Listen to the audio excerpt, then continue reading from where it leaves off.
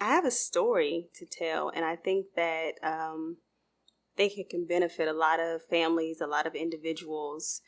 Um, Ronnie and I have been married for 12 years, and that is something that is a process, it's a journey, and the journey to get to year 1 to year 12 has a lot of steps in between. And around 2017, I just remember coming back from Europe. We were in Europe for about a year, coming back from Europe, and we had an ebb and a flow in Europe. It was the four of us, and we got back to the States, and I don't know, I just feel like life just hit us with a ton of bricks. Reality just set in. We had gotten out of the military. Ronnie was retired, and we just didn't know where to go. We knew that we were entrepreneurs. We knew that we wanted businesses and, all of the things that, the American dream looks like to people. But I think that the journey to get there looked a lot different to us than what we expected it to. And so I can remember around 2017, I got pregnant with Eden, and I just feel like all hell broke loose. It was interesting because I can remember asking God, I can remember telling God, I want a new husband. But in saying that, it wasn't in the literal sense of a new person. It was my husband, but just in a different mindset, a different persona with everything that we have been going through, everything that we have been experiencing spiritually, financially, just within our marriage, within our individual lives. And for me asking that, me wanting to manifest something different, something new, I didn't know that my entire world was about to come crumbling down. But that's exactly what happened. So getting here, man, it's a journey from my high school sweetheart to growing up, knowing a lot about just being a man, growing up and understanding what it looks like to carry on a legacy, just getting those nuggets, but most of all, how to be a husband. That's not an easy task. I went through a lot, trying to be that man, and how to, really understand my wife with so many different distractions that the world gives you already. But I think what really got us here was our just desire to just be together. But that always wasn't the case. We had to build to that. I know we dealt with a lot of just turmoil and stress and so much to get to a point to where we can even talk about this. I was just tired of all the cap. I was tired of looking a certain way to people that I didn't even know, but inside and behind closed doors, we were miserable. And I just wanted to really go within and reflect and find out, what could I be doing better? What do we need to be doing different?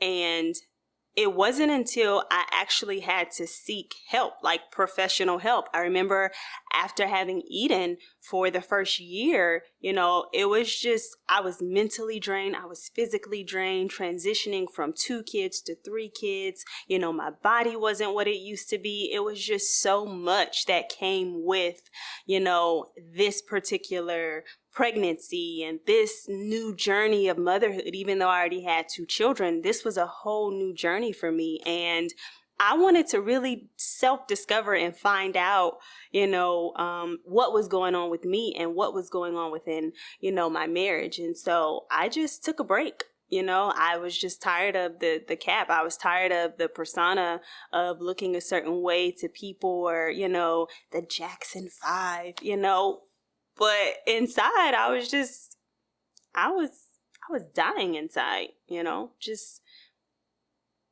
I needed to get help. So, yeah, I took a break.